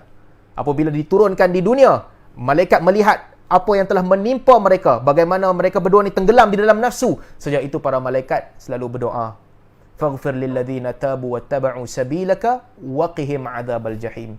Ampunkanlah orang yang bertaubat dan orang yang mengikut jalan Allah, dan juga selamatkanlah mereka daripada azab yang pedih. Jadi ini adalah muqaddimah. Ini cerita muqaddimah tentang sihir. Sebelum nak masuk lebih panjang dan lebih mendalam, ini kita kena faham dulu. Jadi ayat ni tuan-tuan, ayat yang sangat penting. Al-Baqarah 102 yang menceritakan tentang latar belakang tentang sihir ni yang orang nak belajar ni mai daripada mana. Dan ayat ni ayat yang sangat berkesan, digunakan sebagai ruqyah untuk menghapuskan sihir, menghilangkan sihir. وَاتَّبَعُوا مَا تَتْلُو الشَّيَاطِينُ عَلَى مُلْكِ سُلَيْمَانَ وَمَا كَفَرَ سُلَيْمَانُ وَلَكِنَّ الشَّيَاطِينَ كَفَرُوا يُعَلِّمُونَ النَّاسَ السِّحْرَ وَمَا أُنزِلَ عَلَى الْمَلَكَيْنِ بِبَابِلَ هَارُوتَ وَمَارُوتَ وَمَا يُعَلِّمَانِ مِنْ أَحَدٍ حَتَّى يَقُولَا إِنَّمَا نَحْنُ فِتْنَةٌ فَلَا تَكْفُرْ فَيَتَعَلَّمُونَ مِنْهُمَا مَا يُفَرِّقُونَ بِهِ بَيْنَ الْمَرْءِ وَزَوْجِهِ وَمَا هُمْ بِضَارِّينَ بِهِ مِنْ أَحَدٍ إِلَّا بِإِذْنِ اللَّهِ وَيَتَعَلَّمُونَ مَا يَضُرُّهُمْ وَلَا يَنْفَعُهُمْ وَلَقَدْ عَلِمُوا لِمَنِ اشْتَرَاهُ مَا لَهُ فِي الْآخِرَةِ مِنْ خَلَاقٍ وَلَبِئْسَ مَا شَرَوْا بِهِ أَنفُسَهُمْ لَوْ كَانُوا يَعْلَمُونَ. Ayat ni ayat yang kalau tuan-tuan nak jadi tukang ruqyah, kena hafal. Ini kena hafal. Sebab kalau ruqyah, ayat ni kena baca. Selain daripada ayat yang Allah Subhanahu Wa Taala cerita tentang Musa, walamma alqu qala Musa ma ji'tum bihi as-sihr innallaha sayubtiluhu innallaha la yuslihu 'amalal mufsidin. Satu ayat lagi yang dalam Quran cerita tentang tu, bila ahli sihir melontarkan sihir mereka, Musa pun berkata, ma ji'tum bihis sihir, yang kamu datangkan ini adalah sihir. Innallaha sayubtiluhu innallaha la yuslihu 'amalal mufsidin. Allah akan menghapuskan sihir ini, dan Allah tidak akan memperbaiki amalan orang-orang yang jahat, yang buruk. So, ma ji'tum bihis sihir innallaha sayubtiluhu. Ini ayat yang juga selalu dibacakan untuk menghapuskan sihir. Yang kamu datangkan ini sihir. Allah akan menghapuskannya. Jadi sihir ni tuan-tuan, antara satu perkara yang penting tentang sihir, saya bukan nak bagi tuan-tuan takut sihir. Tuan-tuan kena tengok sampai habis ni. Sihir ni tak kuat pun, dia tak boleh bagi apa-apa. Tuan-tuan jangan takut. Tuan-tuan ikut ni sampai habis. Saya tak tahu boleh habis hari ni ke tak boleh habis. Tapi kesimpulan yang saya nak sebut kat tuan-tuan nanti, kita akan sampai kepada satu kesimpulan yang jangan takut. Jangan takut dengan sihir. Dia tak ada apa-apa pun. Nanti kita sampai bab tu. Sebelum tu kita nak bagi dia punya bunga, bagi kita faham sikit. Apa dia boleh buat? Dia boleh buat orang nampak macam betul. Hayyatun tas'a. Zaman Musa, bila ahli-ahli sihir Fir'aun ni buat ulang mereka jadi macam tali, jadi macam ulang yang bergerak. Orang nampak, ramai-ramai nampak betul-betul macam ulang yang bergerak. Itu sihir takhyil. Bagi orang jadi takhyil, orang jadi satu dia dikhayalkan. Sihir yang kedua, sihir yang bagi mudarat kepada orang. Dia bagi orang sakit, dia bagi orang mati dan sebagainya. Ini, tapi bukan dia yang berkuasa. Nanti saya akan cerita, nanti akan datang. Ini adalah apa yang berlaku tentang sihir. Baik, macam mana sihir dibuat? Sihir berlaku apabila manusia dia menyerahkan diri dia kepada syaitan. Itu kebiasaannya. Dan dia biasanya dia kena buat ritual. Sihir takkan berlaku saja-saja, memerlukan ritual. Ini beza ain dengan sihir. Kalau kita cerita tentang penyakit yang kena manusia, ain dia tak payah buat apa-apa. Hasad dengki, mata yang melihat dengan hasad dengki bagi mudarat. Tapi sihir dia kena buat satu upacara untuk menjadikan sihir tu berkesan. Dia pun kena buat. Apa yang dia buat? Macam-macam cara sihir. Antara yang paling famous ni sihir tamaim yang digantung. Tangkai lah. Tangkai yang digantung, kononnya boleh buat orang sayang dekat dia. Ataupun kononnya boleh buat orang benda-benda jahat tak menghampiri dia. Tangkai. Ada juga sihir yang dibuat, namanya sihir urusah, patung. Saya pun tak tahu, tapi ulama bukan saya tak pernah buat pun perkara ni, tapi para ulama menceritakan tentang sihir patung ni. Satu patung yang dia buat, patung tu bentuk macam orang, kemudian dia akan ambil hadid, besi yang tajam, lalu dia akan cucuk dekat hujung atraf, sendi paling hujung patung tu, tangan dan juga kaki, cucuk pelan-pelan, kemudian dia akan bakar patung tu. Dan dengan bacaan-bacaan yang dia buat, akhirnya dengan bacaan tu mudarat ditimpakan kepada orang yang dia nak buat sihir. Biasanya sihir juga berlaku dengan dia ambil sebahagian daripada tubuh badan orang tu, orang yang dia nak sihir. Nanti kita ceritalah tentang bagaimana Nabi SAW pernah disihir. Dia ambil rambut orang tu, kemudian dia buat ritual, bacaan-bacaan tertentu, minta kepada syaitan. Biasanya yang sihir paling kuat, minta kepada syaitan. Ini tuan-tuan penting. Apa sihir yang paling kuat? Makin teruk syirik orang tu, makin kuat sihir dia. Berani tak berani je. Soalan dia berani ataupun tak berani. Semakin orang tu berani tinggalkan agama, semakin orang tu berani pergi ke lembah kehancuran yang paling dalam, sihir dia semakin kuat. Pada perkiraan ahli sihir. Nanti pada perkiraan ahli ilmu dan juga ahli ibadat lain. Tapi pada perkiraan ahli sihir dan orang awam, sihir yang paling kuat adalah sihir yang paling jahat. Dia pun buat macam-macam tu. Kepercayaan mereka, ada sihir yang dia boleh pergi ke neraka Jahannam keluarkan sihir tu pada kepercayaan dia. Ada sihir yang dia boleh pergi ke lembah paling bawah, lembah paling rendah, keluarkan sihir tu. Ada sihir yang kononnya disimpan daripada zaman Nabi Nuh, dia pun keluarkan. Ataupun zaman Fir'aun, mereka keluarkan. Sebab tu, kalau tuan-tuan perasan kan, Allah Subhanahu Wa Taala sebut surah yang kita semua hafal dan kita semua baca. Qul a'udzu birabbil falaq min syarri ma khalaq wa min syarri ghasiqin idza waqab wa min syarri naffatsati fil 'uqad. Tengok ayat ni wa min syarri naffatsati fil 'uqad, daripada kejahatan tukang hembus yang menghembus pada tali-tali. Orang yang belajar bahasa Arab mereka tahu naffatsat merujuk kepada perempuan, bukan tukang hembus lelaki. Ahli sihir ada lelaki, ada perempuan. Tapi dalam ayat ni Allah kata wa min syarri naffatsati fil 'uqad, daripada kejahatan ahli sihir perempuan yang menghembuskan pada tali-tali. Kenapa perempuan? Sebahagian para ulama membahaskan yang jahat, betul-betul jahat ni ada pada ahli sihir perempuan. Kejahatan tu ada pada mereka. Sebahagian ahli sihir perempuan. Ada sihir yang apa? Macam saya sebut tadilah, takat mana hang berani langgar agama Allah? Ada di kalangan mereka dia ambil ayat Quran, ni nak cabar agama Allah ni. Allah tulis Alhamdulillahirabbil alamin. Allah ajarkan Alhamdulillahirabbil alamin. Dia nak cabar, dia start daripada belakang. Nun dulu, ya, kemudian mim, daripada belakang ke depan, tulis Al-Quran terbalik. Cabar agama Allah, tulis begitu. Ada sihir yang dia ambil kertas, dia pecah-pecahkan huruf Al-Quran jadi asing. Ada lagi jahat, itu jahat biasa. Apa lagi jahat dia boleh buat? Ada sihir najasah. Dia ambil mushaf Quran, dia balutkan dengan najis. Ada sebahagian orang buat ni, balutkan dengan, ambil mushaf Quran untuk dia cuci najis dia.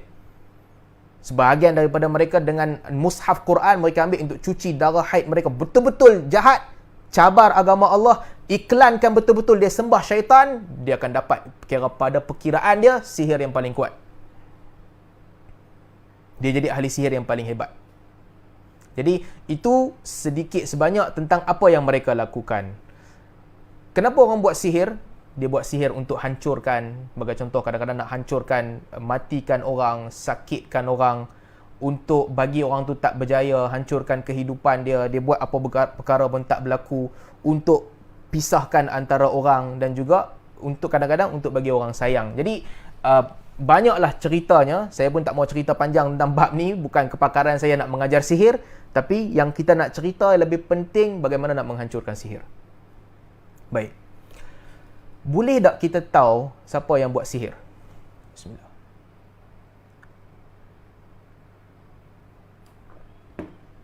Boleh kita tahu tak siapa yang buat sihir? Kita boleh teka.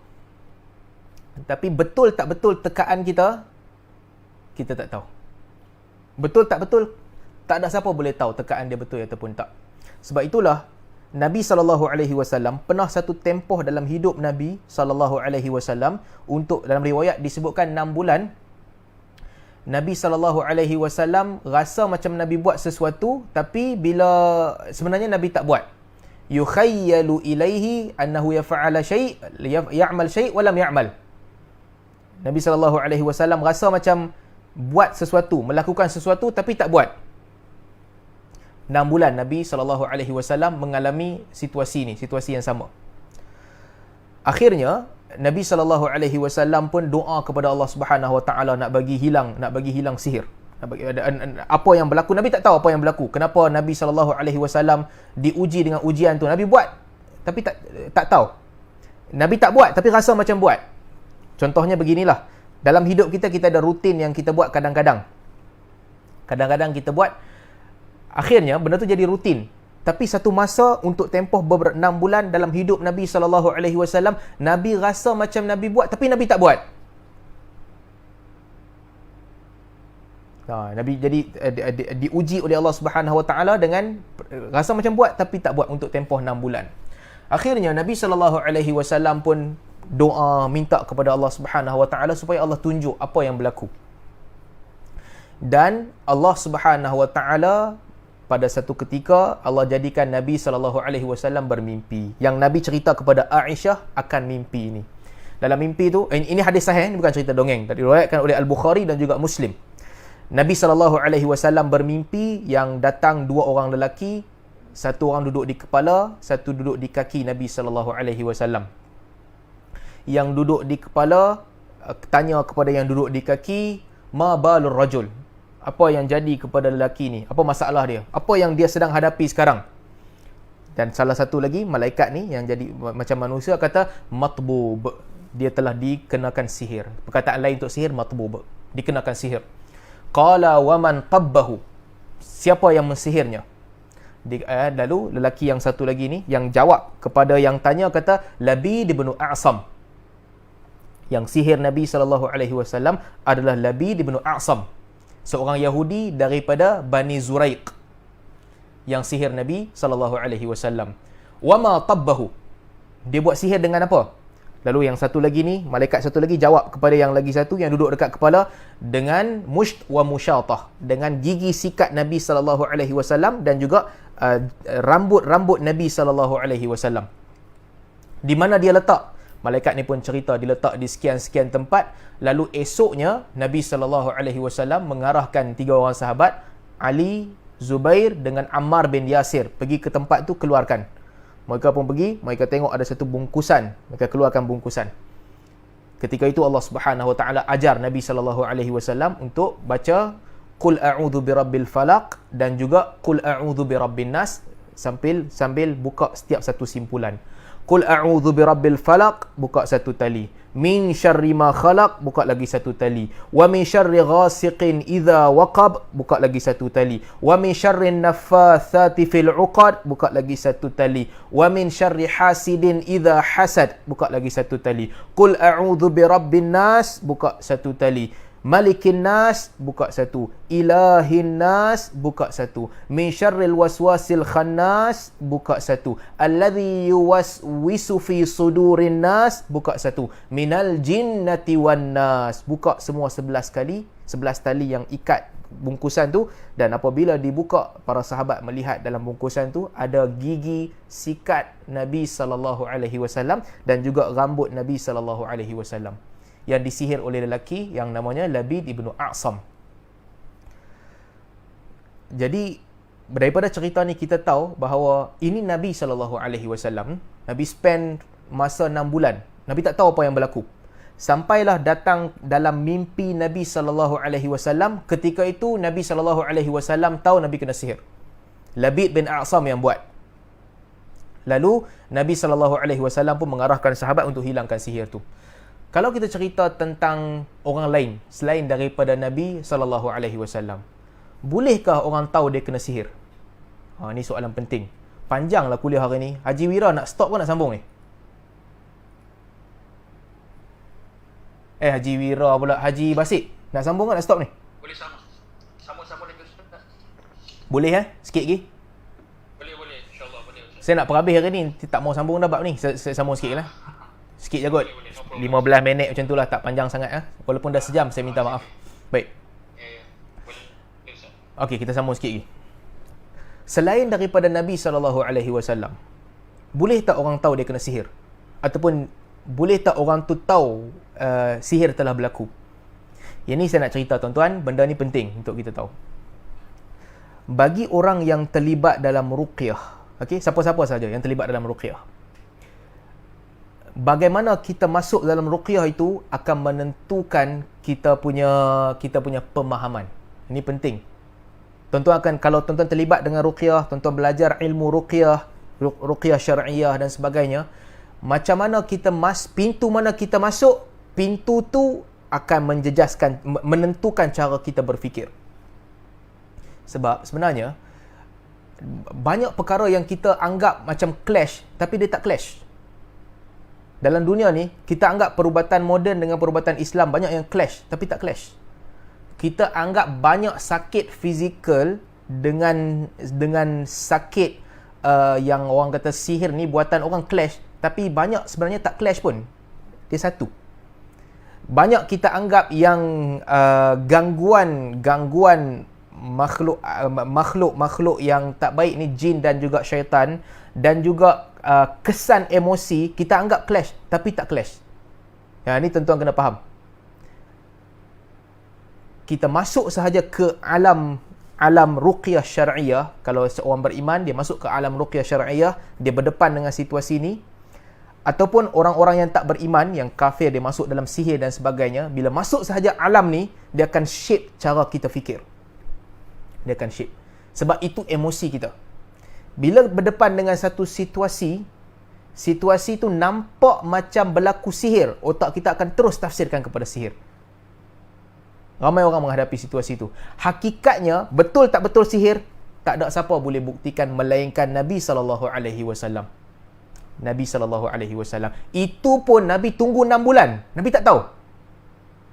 Akhirnya, Allah Subhanahu Wa Taala utuskan malaikat untuk datang dan bagi tahu kepada Nabi SAW, kena sihir. Kena sihir. Baru Nabi tahu.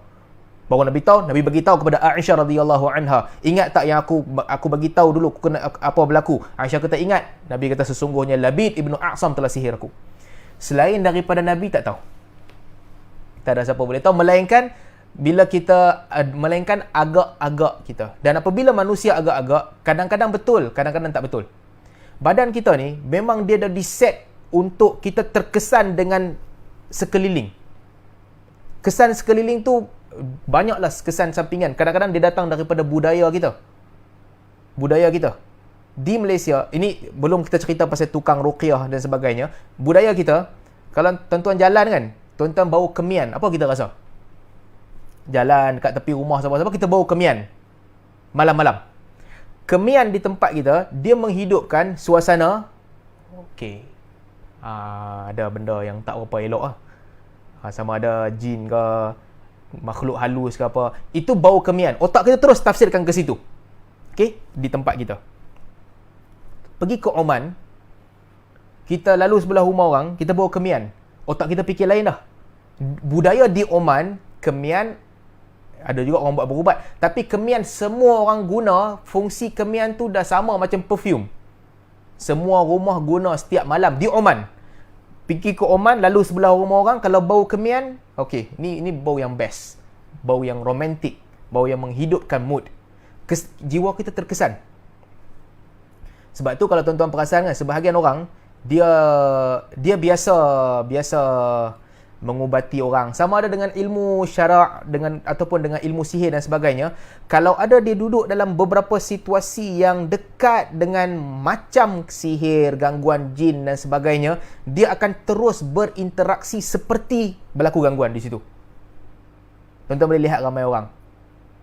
Sebab tu bomo-bomo yang suka menurun ni, yang suka menurun kan, tiba-tiba dia boleh jadi tok syekh apa kan. Jangan bawa ni orang yang ada masalah ni, yang ataupun berubat dengan cara ni, pergi jumpa mana-mana orang sakit. Jangan bawa. Sebab tak kira lah sakit apa pun, otak dia akan terus tafsirkan ini ada gangguan, boom, dia terus jadi. Tak percaya, cuba try. Bawa je orang-orang yang kata mereka dia ada kelebihan lah. Saya tak mau cerita kelebihan ke tak, tapi kalau bawa orang-orang yang dia boleh menurun ni, dia tiba-tiba, kan budaya kita ada kan, sebahagian orang macam tu, dia duduk dalam suasana yang menakutkan, tiba-tiba dia bertukar jadi lain. Dia bertukar, konon jadi lawan dengan hantu. Orang-orang begini, tuan-tuan jangan pergi letak dekat orang sakit. Sakit apa pun, dia tafsir kot tu lah. Tak kira lah orang tu sakit apa pun. Ini sebab kesan budaya menentukan cara manusia berfikir. Demikian juga dengan orang yang melakukan ruqyah syar'iyah. Bila kita buat ruqyah, kerja kita tu mulia. Kerja kita tu baik. Tetapi tafsiran kita akan cepat pergi ke arah melihat bahawa, okey, ini kena sihir. Ini kena ain, ini kena gangguan jin. Tafsiran kita secepat pergi ke situ. Sebab budaya mengajarkan kita, cara hidup mengajarkan kita, kebiasaan mengajarkan kita. Saya nak bagi sudut yang kedua. Sudut yang kedua, kalau kita blok otak kita daripada kepercayaan begini, kita cuba sedaya upaya untuk dismiss. Ini bukan sihir ni, ini bukan ain ni, ini bukan. Kalau kita dismiss, berlaku ya, berlaku. Tapi kalau kerap orang tu dia dismiss semua, akhirnya tak ada ruang untuk otak dia percaya. Jadi, apa agama ajak kita? Pendirian yang sepatutnya dipegang oleh ramai orang ni, pendirian yang macam mana? Apakah dia dismiss semua? Tak wujud sihir, tak wujud ain, tak wujud mas sentuhan syaitan, tak wujud ni semua, hapuskan semua. Ataupun dia percaya yang sihir ni sangat kuat, boleh bagi kesan kepada kita. Orang tu sakit lutut sikit je, dia kata ada hantu pi paut dekat lutut dia. Orang tu sakit paha sikit je, dia kata ada hantu pi cucuk paha dia. Orang tu muntah sikit je, dia kata dia ni kena buatan orang. Apa pandangan yang betul? Apa pandangan yang betul? Baik, ini saya nak cerita dan tuan-tuan kena ambil iktibar betul-betul. Agama Islam mengajarkan kita untuk cuba duduk di tengah. Bagaimana cara kita nak duduk di tengah? Ini cara nak duduk di tengah. Kita tak memungkiri. Ada sihir, ada ain, ada mas syaitan, ada semua ni. Tapi dia tak berkuasa. Dia tak berkuasa. Dia boleh bagi kesan, dia tak berkuasa. Dia ada limit terhadap kuasa dia. Baik, apakah benda yang boleh menghalang sihir dan sebagainya untuk ganggu kita? Kuat iman kita dengan Allah Subhanahu Wa Taala, kita berpegang dengan, kita bulatkan jiwa kita betul-betul yakin dan percaya dengan Allah Subhanahu Wa Taala, itu perkara paling penting yang mampu menjauhkan kita daripada gangguan ni. Itu agama ajar kita. Sebab itulah kalau kita tengok hadis-hadis Nabi sallallahu alaihi wasallam, Nabi ajar banyak ruqyah, zikir-zikir, bacaan-bacaan yang mengandungi maksud berlindung dengan Allah Subhanahu Wa Taala. Khalid Al-Walid radhiyallahu anhu datang jumpa Nabi sallallahu alaihi wasallam. Dia kata, "Ya Rasulullah, aku tak boleh tidur malam." Satu masa dalam hidup dia nak tidur malam je, dia diganggu oleh ifrit. Dia rasa ifrit datang nak kacau dia. Lalu Nabi SAW ajar Khalid Al-Walid, "A'udzu bikalimatillahi tammati min ghadabihi wa iqabihi wa syarri ibadihi wa hamazati syaitan wa an yahdurun." Nabi kata, "Wahai Khalid, baca ni. A'udzu bikalimatillahi tammati min ghadabihi wa iqabihi wa syarri ibadihi wa hamazati syaitan wa an yahdurun. Aku berlindung dengan Allah Subhanahu wa taala min ghadabihi, daripada kemurkaannya, wa iqabihi, hukumannya, wa syarri ibadihi, kejahatan makhluknya, wa min hamazati syaitan, daripada bisikan syaitan, wa an yahdurun, dan juga gangguannya. Nabi ajar kepada Khalid.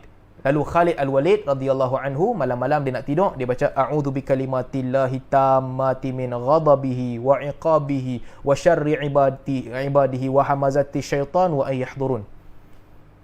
Dalam hadis riwayat Malik, dalam hadis riwayat Tirmizi diceritakan daripada Ibnu Umar dengar juga zikir ni daripada Nabi sallallahu alaihi wasallam. Ibnu Umar kumpulkan anak-anak dia, dia ajarkan semua kamu hafal zikir ni. A'udzu bikalimatillahi tammati min ghadabihi wa iqabihi wa syarri ibadihi wa hamazati syaitan wa an yahdurun. Apa yang ada dengan zikir ni? Kalau kita, satu cara orang fikir, dia rasa zikir ni ucapan dia sangat bagus, syaitan takut dengan bunyi dia, bunyi ucapan tu. Syaitan dengar je bunyi ucapan ni, syaitan takut, sihir tak boleh kenal kat dia, jin lari daripada dia. Tapi bukan itu yang Nabi nak ajak kita sebenarnya. Nabi nak ajak kita, bila kita baca, kita betul-betul menjiwai bacaan tu. A'udzu bikalimatillahi tammat. Aku berlindung dengan kalamullah yang sempurna. Ni maksudnya, tanam dalam jiwa kita, tak ada benda boleh kacau aku apabila aku berlindung dengan kalamullah yang sempurna. Itu telah memadai untuk memelihara dan menjaga aku. Itu dah cukup dah, tak perlu lebih daripada tu. A'udzu bikalimatillahi tammati min ghadabihi. Aku berlindung dengan kalimah Allah daripada kemurkaan Allah, hukuman Allah, kejahatan makhluk Allah, bisikan syaitan dan gangguan syaitan. So kalau kita tanam ni dalam jiwa kita betul-betul yakin yang Allah lah mampu memelihara kita, kita takkan kena gangguan-gangguan ni. Sebab tu Nabi sebut juga dalam hadis lain, banyaklah bacaan-bacaannya. Seorang sahabat Nabi sallallahu alaihi wasallam, dia kena akrab, dia kena sengat dengan kalajengking. Nabi kata, kalau engkau baca waktu petang semalam, a'udzu bikalimatillahi tammati min syarri ma khalaq, engkau takkan kena. Maksudnya nak bagi kita keyakinan dalam jiwa kita tu. Jadi itulah yang diajarkan. Banyaklah zikir-zikir yang diajarkan oleh Nabi sallallahu alaihi wasallam. Saya pun banyak lagi nak cerita ni, tapi saya berhenti setakat ni dulu agak, nanti banyak sangat. Cuma yang saya nak tekankan di sini untuk tuan-tuan dan puan-puan, apabila Nabi SAW mengajarkan zikir-zikir ni, supaya kita yakin, kita percaya bahawa Allah Subhanahu Wa Taala boleh melindungi dan menjaga kita. Yang tu yang penting. Itu yang paling penting untuk kita tanam dalam jiwa kita betul-betul. Inilah perkara yang paling kuat menghapuskan sihir. Kadang-kadang sahabat kita diuji, perniagaan dia hancur. Meniaga je hancur, meniaga je tak menjadi. Dia kata orang buat sihir. Daripada kita bersungguh-sungguh untuk pergi berubat, cari bomoh yang boleh berubat, bomoh tu boleh berubat, lebih baik daripada itu adalah tanamkan jiwa kita dengan betul-betul menjiwai zikir-zikir yang diajarkan oleh Nabi SAW. A'udzu bikalimatillahi tammati min syarri ma khalaq. A'udzu bikalimatillahi tammati min ghadabihi wa iqabihi wa syarri ibadihi wa hamazati syaitan wa an yahdurun. Dan doa-doa yang lain, bismillah tawakkaltu ala Allah, bismillahilladzi la yadurru ma'asmihi syai'un fil ardi wala fis sama'. Bacaan-bacaan ni kena jiwai dan tanam dalam jiwa kita dan jalan terus. Kerana akhirnya sihir ni akan hancur. Semakin kuat jiwa kita, dia akan hancur lama kelamaan. Sebab itulah dalam hadis riwayat Al-Bukhari diceritakan, apabila umat Islam sampai ke Madinah, orang Yahudi buat sihir bagi orang Islam tak beranak. Dan beberapa ketika tu awal-awal datang tak ada siapa mengandung. Sekejap. Lalu ada orang mula jadi takut. Betul ke kena sihir? Sampailah akhirnya Asma binti Abi Bakar radhiyallahu anha, dia melahirkan anak yang pertama, iaitu Abdullah bin Zubair. Dan bila dia melahirkan anak, orang Islam rasa gembira dan seronok dengan kelahiran tu. Nabi ambil Abdullah bin Zubair, lalu Nabi SAW gigit tamar dan Nabi letak dalam mulut Abdullah bin Zubair. Kata Asma binti Abi Bakar, itulah makanan pertama yang disentuh oleh Abdullah bin Zubair. Dia kena pecahkan dengan keyakinan yang sangat kuat. Dan tuan-tuan kalau masih ingat, saya cerita juga tentang Umar Al-Khattab radhiyallahu anhu. Orang kata dekat dia, ikut kepercayaan orang Mesir, Sungai Nil kalau tak buat upacara memang takkan mengalir ayak. Berhenti ayak tu.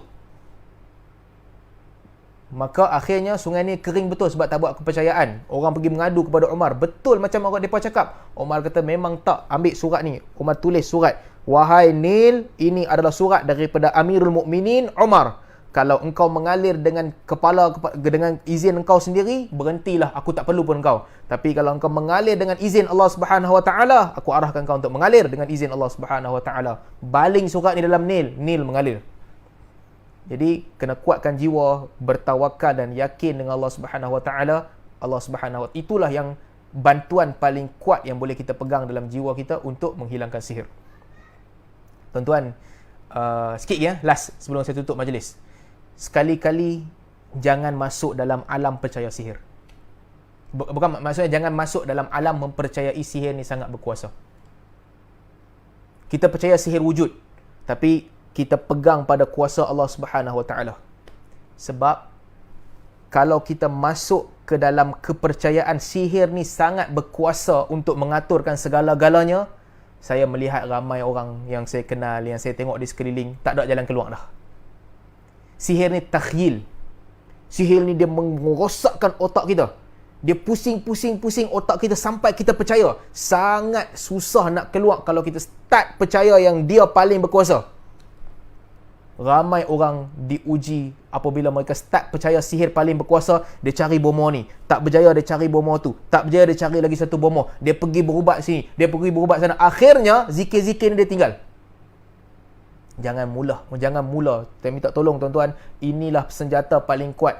Sentiasa yakin, wama hum bidarina bihi min ahadin illa biiznillah. Mereka tak boleh menimpakan mudarat melainkan dengan izin Allah. Sentiasa tawakal dan berpegang dengan Allah Subhanahu Wa Taala. Seteruk mana pun ujian kita, sentiasa berpegang dan tawakal. Bayangkan Nabi SAW dalam riwayat diceritakan bila Nabi sakit, Jibril datang tau. Jibril turun. Jibril sendiri, bayangkan, mana ada ahli ruqyah lagi bagus daripada Jibril. Jibril standard apa ni? Turun, baca kat Nabi, Bismillahirrahmanirrahim, min kulli syai'in yu'dhika, min syarri kulli nafsin aw ainin hasidin, Allahu yashfika, Bismillahirrahmanirrahim. Jibril sendiri datang, turun, doa dekat Nabi, Bismillahirrahmanirrahim. Bila Nabi sakit, dengan nama Allah aku baca ruqyah kepada engkau. Min kulli syai'in yu'dhika, daripada setiap perkara yang menyakiti engkau. Min syarri kulli nafsin, daripada kejahatan setiap jiwa. Min syarri kulli nafsin aw ainin hasidin, daripada setiap pandangan mata yang penuh hasad. Allahu yashfika, Allah yang menyembuhkan engkau. Bismillahirrahmanirrahim, dengan nama Allah aku baca ruqyah kepada engkau. Nabi baik terus tak? Tak, kadang-kadang Nabi tak baik lama. Jadi artinya, walaupun Nabi tak baik lama, Nabi diuji dengan sakit sampai Nabi kena sihir tu 6 bulan. 6 bulan lepas tu baru datang pertolongan. Tetapi tidak sekali-kali Nabi SAW percaya bahawa sihir itu berkuasa. Kuasa pada Allah. Jangan putus asa. Kadang-kadang orang kata, teruk sangat ni keadaan. Jangan putus asa. Doa, minta kepada Allah. Doa, jumpa orang soleh berdoa. Orang beriman yang boleh ruqyah, yang boleh baca ruqyah. Suruh mereka ruqyah. Datang, bacalah ruqyah yang diajarkan oleh Jibril ni pun. Bismillahirrahmanirrahim, min kulli syai'in yu'dhika, min syarri kulli nafsin aw ainin hasidin, Allahu yashfika, Bismillahirrahmanirrahim. Tak baik juga, teruskan doa, buat begitulah. The moment kita masuk ke dalam perangkap syaitan, the moment tuan-tuan pergi jumpa orang yang dia pegang telok, dia pusing-pusing belakang, nah, paku masuk dalam telok ni, letak tepi. Pada ketika kita pergi kepada orang, dia baca, dia buat apa, kononnya pindah ke badan dia sihir tu, dia muntah, keluar darah, ganti darah sihir dalam badan kita, tuan-tuan masuk ke alam tu, there is no way out. Saya minta maaf kalau ada orang terasa. Saya minta maaf kalau saya sebut ni benda yang beberapa orang rasa macam kena ni. Tuan-tuan, saya minta maaf. Lazimilah orang-orang yang bertakwa dan mengamalkan perubatan yang tidak bercampur aduk dengan perkara-perkara yang mencurigakan ni. Dia tumbuk daun bidara bagi kita makan, okey, ubat. Dia tumbuk daun bidara bagi kita makan, ubat. Dia baca doa pada air, dia bagi kita minum air tu, okey, ubat.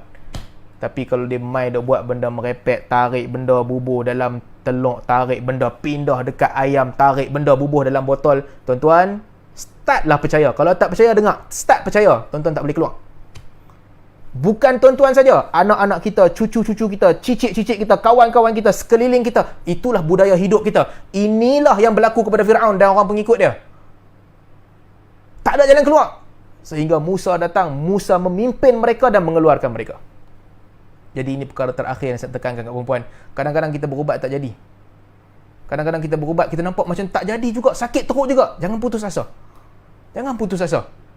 Pergi hospital berubat, satu benda boleh buat. Teruskan buat begitu. Doa minta kepada Allah Subhanahu Wa Taala. Carilah pengubat yang berdoa meminta kepada Allah Subhanahu Wa Taala. Jangan pijak kaki kita ke lembah mistik ni. Kerana susah nak jumpa jalan keluar. Saya berhenti setakat ni dulu. Saya buka soalan kalau ada soalan sikit lah kot. Terima kasih kepada tuan-tuan yang masih mendengar. Okay, jazakallah khair Ustaz.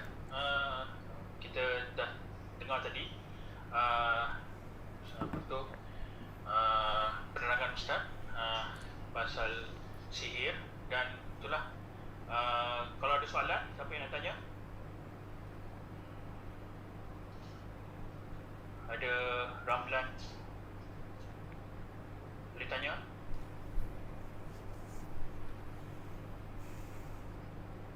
Ramlan Osman, boleh tanya Ramlan?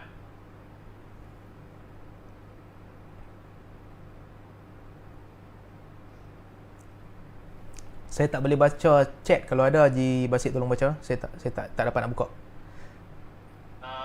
Kejap Ustaz.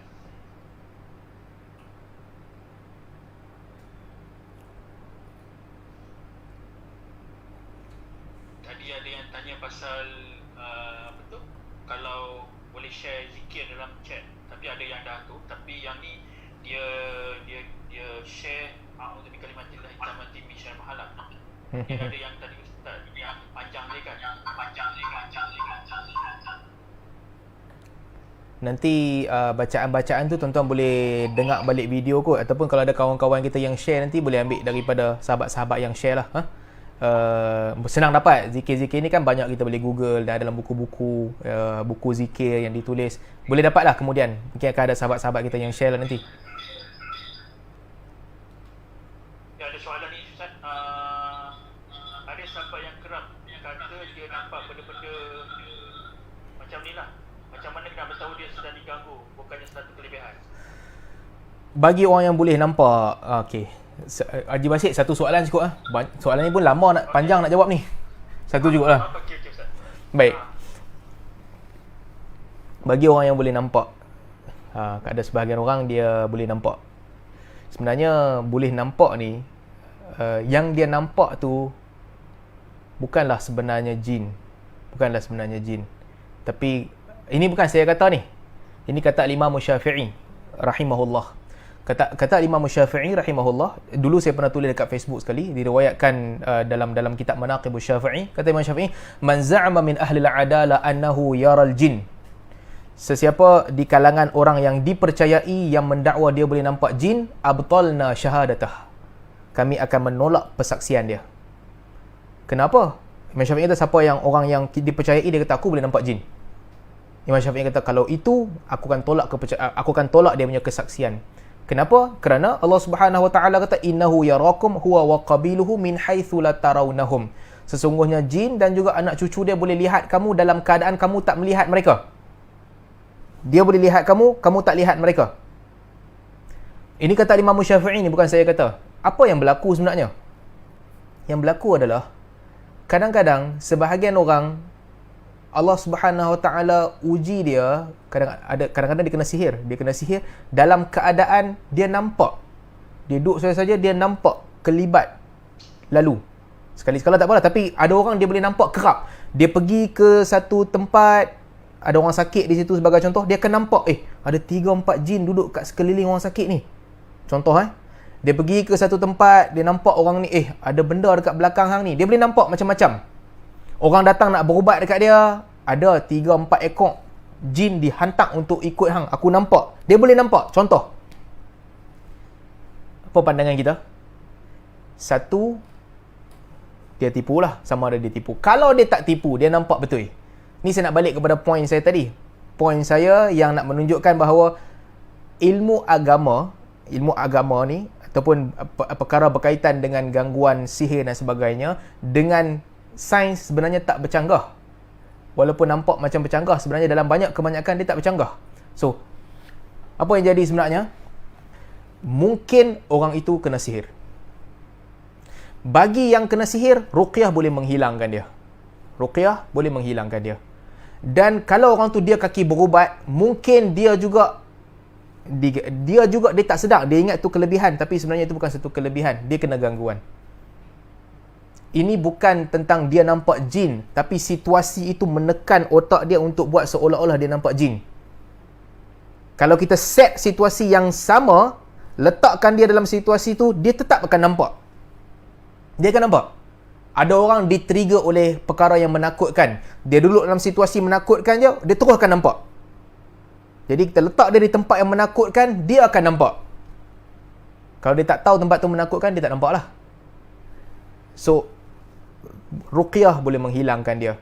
Sains moden pula kata, kalau orang tu boleh nampak sesuatu yang sebenarnya tak ada di depan dia, dia boleh halusinasi, dia boleh nampak, kebarangkalian ataupun kemungkinan besar isunya adalah dia punya neurotransmitter, dopamin dia tak stabil, serotonin dia tak stabil.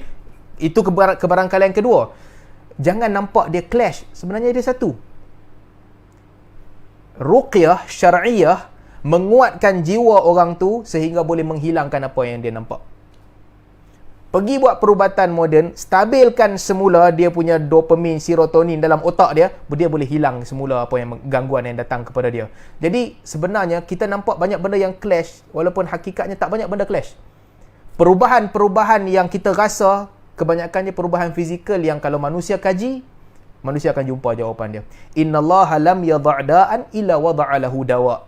Allah tidak menurunkan penyakit, melainkan Allah turunkan juga ubat kepada penyakit tu. Melainkan Allah turunkan ubat kepada penyakit tu. Ada zaman orang tak jumpa, zaman kemudian orang jumpa.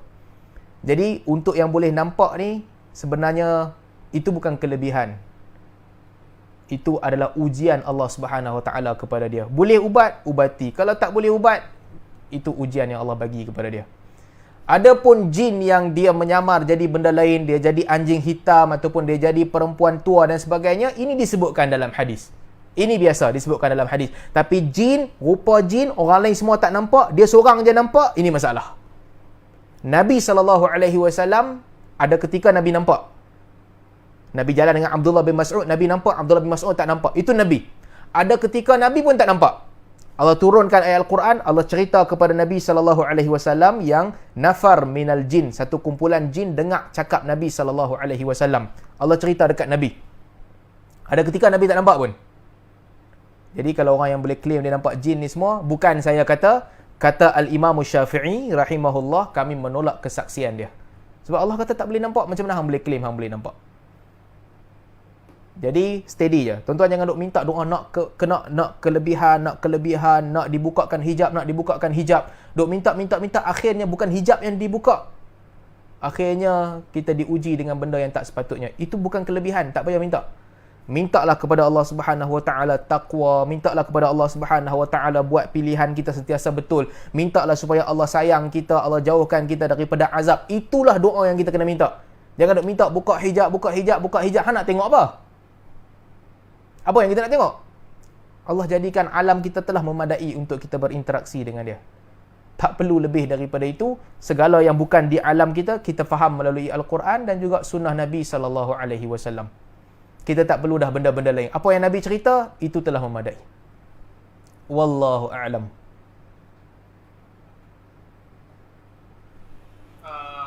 Boleh ada satu lagi soalan, Ustaz?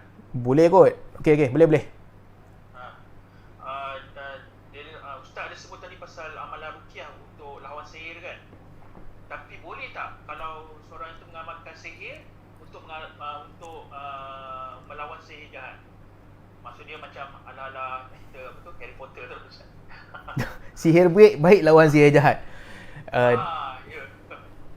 istilah sihir ni antara yang digunakan oleh para pengamal dan juga ulama yang melakukan ruqyah. Mereka katakan ada dua, satu sihir abyad dan sihir aswad, sihir hitam dan sihir putih. Antara salah satu tafsiran untuk sihir putih adalah sihir yang digunakan untuk mematahkan ritual-ritual sihir yang dilakukan. Jadi ritual sihir ni dia ada jalan dia kena simpan, dia kena buat upacara tertentu. Jadi sebahagian ulama mereka mempelajari untuk mematahkan sihir tu, mematahkan sihir. Jadi di sini ada khilaf di kalangan ulama. Mempelajari sihir untuk memahami sihir dan menghilangkan sihir, ada ulama mengatakan ilmu tu kalau sekadar belajar ilmu tak ada masalah. Mengajarkan ilmu untuk menghapuskan sihir juga tak ada masalah. Tapi untuk mengamalkan sihir, lawan dengan sihir, di sini sebahagian besar ulama berpandangan tak boleh. Mengamalkan sihir adalah perbuatan yang dilarang oleh agama. Jadi ada perbezaan pandangan di sini. Kalau sekadar belajar untuk mematahkan, menghapuskan sihir-sihir yang ada, itu okey, tak ada masalah. Tapi kalau belajar untuk mengamalkan sihir bagi memadamkan sihir, kejahatan tidak menghapuskan kejahatan. Nabi Musa kata, "Ma ji'tum bihi sihir innallaha sayubtiluhu." Yang kamu datangkan itu adalah sihir, Allah Subhanahu wa taala lah yang akan menghapuskannya. Bukan sihir menghapuskan sihir. Jadi pendirian orang beriman berdoa kepada Allah, minta supaya Allah Subhanahu wa taala yang menghapuskan sihir. Jadi kalau kita sakit, jumpalah raqi, orang yang membaca ruqyah dengan ruqyah syar'iyah. Orang yang bagi, kalau sebahagian daripada ubat-ubat tak ada masalah, ikut budaya masing-masing. Ada orang menggunakan daun bidara, ada orang guna daun sirih, ada orang guna limau titik dalam ayam, ada orang guna madu. Ubat tak apa. Apa sahaja ubat dengan ruqyah tak apa. Tapi jangan masuk ke alam sihir juga. Jangan buat upacara yang meragukan. Jangan meragukan ni, kita tak tahu asal usul dia apa. Apa yang dia puja kita pun tak tahu. Jangan pakai gantung tangkai, jangan puja keris, jangan puja segala perkara-perkara khurafat ni jauhkan. Jadi itulah sedikit sebanyak jawapan saya untuk soalan ni. Okey, saya berhenti setakat ni dulu. Jazakallah khair kepada Ustaz Salman di atas penerangan tentang tajuk hari ini, homo, sihir dan syirik. Semoga kita boleh amalkan jika sekian telah diajarkan tadi dan menjadi panduan untuk kita lah. Assalamualaikum warahmatullahi wabarakatuh. Waalaikumsalam warahmatullahi wabarakatuh.